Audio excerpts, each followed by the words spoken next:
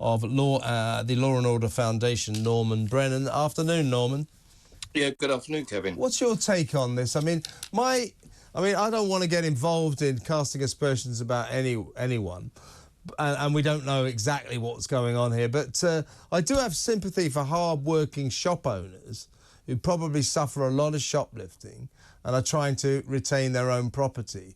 The local community, while taking that on board, say that this guy went over the top in trying to protect his property, and the rest is history. What's your take on this? Well, obviously, we don't know the full facts, but you're absolutely right. I mean, shoplifting is absolutely rife. It's not just rife, it's out of control. The police never turn up.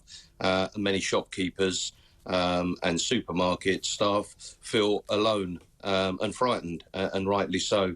I understand that this gentleman has had the shop in Peckham and is very well liked. He's had it for 10 years.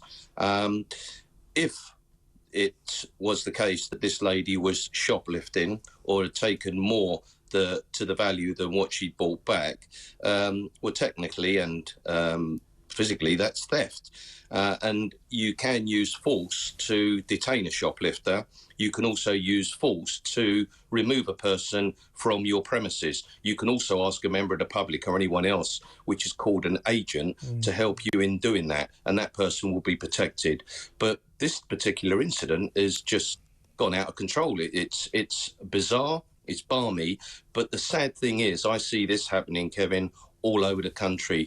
And it appears, as I often say on social media now, if a black person is involved in an incident and it's a white person or in fact anyone else, it's always racism.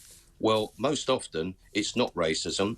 It's quite often because the particular person involved has acted aggressively, confrontational, been abusive or threatening, or has even assaulted someone. So sadly, we now throw away the word racism like confetti. And what it does do, it distracts from the true racism that happens in Britain. So really now it's just paper thin. Nobody really takes it that serious because it's now the race card on any and every single incident that involves a black person. Yeah, and what you have to point out in terms of that, Norman, that this is a black lady, and the shop owner, the shopkeeper guy there, he's not spectacularly white himself. He's of Asian descent, so it's a kind of strange to start calling him a racist, isn't it?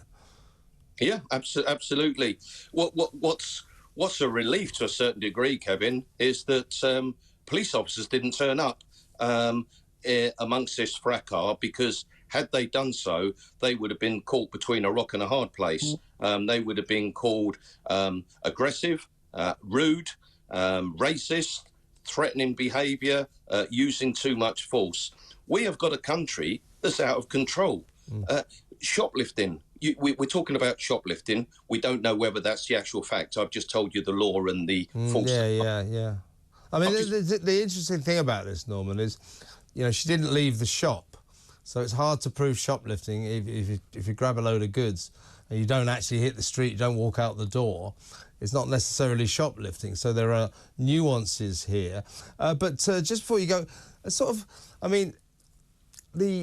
you say, if the police did turn up, I don't know at what point the police were called in this incident. They were in the end, but this is the sort of thing that might happen if we carry on with this police policy of basically deciding that shoplifting is not really a crime that's worth their time. Don't the police need to start treating shoplifting as a serious crime and act on it?